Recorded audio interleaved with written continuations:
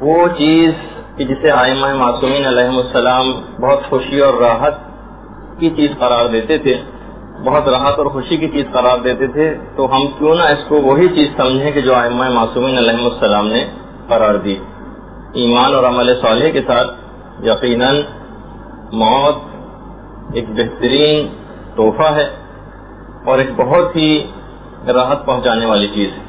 لوگ آئے امام کے پاس اور فرماتے ہیں کہ مولا کوفے میں آپ کے ایک صحابی مفضل ابن عمر، کہ وہی مفضل ہے جن کی توحید مفضل والی روایت بہت مشہور، کہا کہ مفضل کوفے میں شدید ترین بیمار ہیں، مولا آپ دعا کریں کہ پروردگار عالم مفضل کو صحت کاملہ و عاجلہ نصیب فرمائے۔ امام نے ایک عجیب جملہ کہا کہ مفضل کو اب دعائے صحت کی کوئی ضرورت نہیں، مفضل راحت پا چکا۔ اس کے 3 روز بعد جب کوفے سے کچھ لوگ آئے تو انہوں نے وہی بات آ کر بتائی کہ مفضل کا فلاں وقت میں فلاں تاریخ کو انتقال ہو گیا تھا۔ امام نے دعائے صحت کے جواب میں یہ بات فرمائی تھی کہ مفضل راحت پا چکے، وہ آرام و سکون کی جگہ پر پہنچ گئے، اب ان کو دعائے صحت کی ضرورت نہیں۔ اس سے آپ اندازہ لگائیے کہ کیا وہ وہی چیز نہیں کہ جس کو ہم اتنے دن سے پیش کرتے آ رہے ہیں آپ کے سامنے۔ بس شرط وہی ہے کہ ایمان اور عمل صالح انسان اپنے ساتھ رکھے اور مسلسل توبہ و استغفار سے کام لیتا رہے تو انشاءاللہ پھر موت اس کے لیے بہت راحت والی چیز ہی ثابت ہوگی۔ عبداللہ ابن یحییٰ ایک اور امام کے صحابی، حج کے موقع پر 7ویں امام موسیٰ کاظم علیہ السلام کی خدمت میں آتے ہیں۔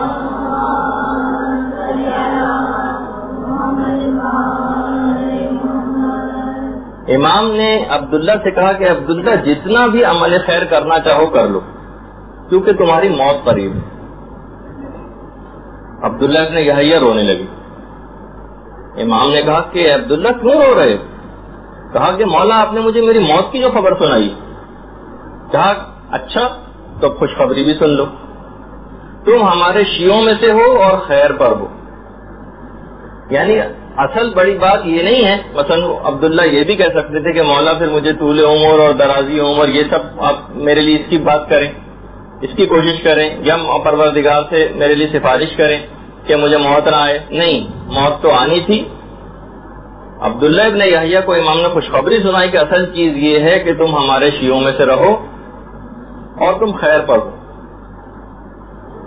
اس کا معنی یہ ہوئے کہ بہرحال امام کو کوئی بھی بے عمل شیعہ قبول نہیں، امام کو بے عمل شیعہ قبول نہیں۔ ابو حمزہ امام کے ایک صحابی تھے، ابو حمزہ کے متعلق ایک دفعہ امام نے لوگوں سے پوچھا کہ مولا، امام نے پوچھا کہ بتاؤ کہ ابو حمزہ کا آج کل کیا حال ہے؟ لوگوں نے کہا کہ مولا وہ تو بالکل صحت مند ہے۔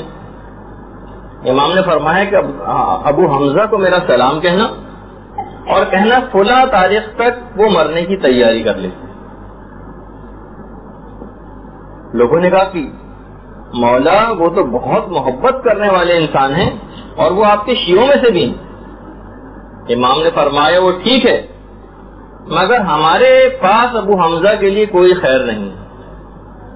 اب آپ اس کو جملوں کو سوچتے جائیے کہ امام فرما رہے ہیں ہمارے پاس ابو حمزہ کے لیے کوئی خیر نہیں۔ راوی نے کہا مولا وہ آپ کا شیعہ ہے؟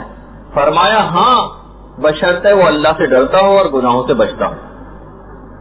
اگر ایسا ہے تو وہ ہمارے ساتھ ہمارے درجے میں ہوگا۔ امام نے اس کے اندر بھی عمل صالح کی اور گناہوں سے بچنے کی ایک شرط لگائی، یعنی امام کو بے عمل شیعہ ہرگز بھی قبول نہیں ہوگا۔ اور اس کے بعد راوی کہتا ہے کہ جو امام نے وقت اور تاریخ بتائی تھی اسی میں ابو حمزہ کا انتقال ہو گیا۔ تب آپ نے دیکھا کہ بہرحال اس کے اندر کامیابی اگر حاصل کرنی تو وہ بغیر عمل کے حاصل نہیں ہو سکتی۔ وہ جو جملہ مشہور ہے نا، the only place where success comes before work is in a dictionary، اگر انگلش کا ایک محاورہ، کہ وہ واحد جگہ کے جہاں پر سکسیس، کامیابی کسی کام سے پہلے آ جاتی ہے وہ فقط ڈکشنری۔ سکسیس ایس سے آتا ہے, ورک ڈبلو سے آتا ہے. یہ صرف ڈکشنری کے اندر ہی ملتا ہے کہ کسی کو بغیر کچھ کیے کامیابی مل گئی. اس کے علاوہ یہ چیز ایگزسٹ نہیں کرتی.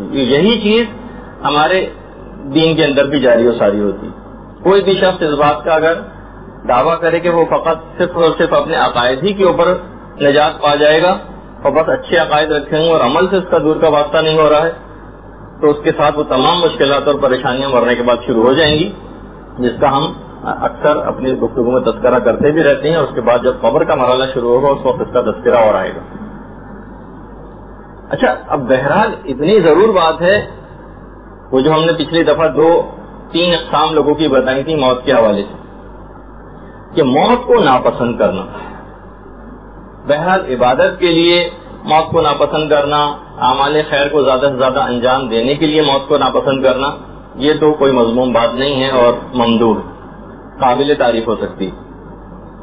بہت سے انبیاء علیہم السلام نے بھی موت کو ناپسند کیا تھا. حضرت ابراہیم کے پاس ملک الموت اکثر آیا تھا اور اس کے بعد آ کر ملک الموت واپس چلا گیا.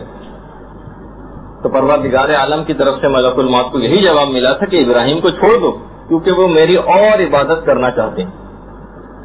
ایک دفعہ پھر روایات میں ملتا ہے, باقاعدہ علل الشرائع کے اندر جو روایت ہے شیخ صدوق نے لکھی ہے کہ ایک دفعہ حضرت ابراہیم نے ایک بوڑھے شخص کو جو بہت زیادہ بوڑھا ہو گیا تھا کھانا کھاتے دیکھ لیا, کہ وہ کھانا اٹھا کے اپنا لقمہ منہ میں لے کر جاتا ہے اور کبھی لقمہ ادھر نکل جاتا ہے کبھی ادھر نکل جاتا ہے اور منہ تک بھی نہیں پہنچ پاتا.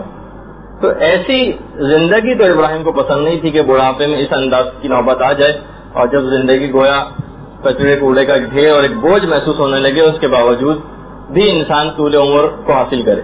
پھر اس کے بعد ابراہیم نے پروردگار عالم سے دعا کی, پروردگار مجھے اب اس زیادہ عمر کی کوئی ضرورت نہیں ہے, تو نے جو مناسب عمر میرے لیے سوچی ہوئی ہے بس اس کے اندر اندر ہی مجھ کو موت دے دی. اسی طریقے سے ہمارے چھٹے امام جعفر صادق علیہ الصلوۃ والسلام بھی فرماتے ہیں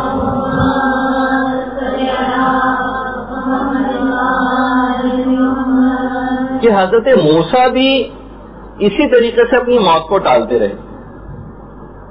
تو پھر پروردگار عالم نے ملک الموت سے کہا کہ جب تک موسیٰ خود موت کی فرمائش نہ کریں جب تک ان کو موت نہ دینا, جب تک کہ خود فرمائش نہ کریں. تو ایک دن وہ واقعہ بڑا مشہور ہے کہ پھر حضرت موسیٰ جا رہے تھے اور انہوں نے دیکھا کہ ایک شخص جو ہے وہ قبر کو کھود رہا ہے اور ایک آدمی کے سائز کی قبر تیار کر رہا ہے. حضرت موسیٰ واقعہ مشہور ہے کہ اس کے بعد قبر کے اندر لیٹ گئے. جیسی قبر کے اندر لیٹے ایسی پیمائش کرنے کے لیے, اس کی مدد کرنے کے لیے, اسی وقت جنت میں ان کو اپنا مقام نظر آیا. اسی وقت پروردگار عالم سے دعا کی کہ پروردگار مجھے اب زندگی زیادہ پسند نہیں ہے, اب مجھ کو بس موت دے دے. اسی وقت ملک الموت نے ان کی روح کو قبض کر لیا اور اسی قبر کے اندر جو ایک آدمی قبر کھود رہا تھا کسی کے لیے, اسی قبر کے اندر حضرت موسیٰ دفن ہوئے.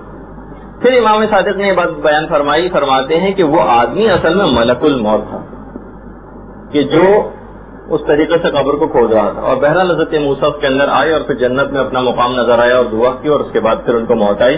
یہی وجہ ہے کہ امام فرماتے ہیں کہ موسیٰ کی قبر کا کسی کو پتہ نہیں چل سکا.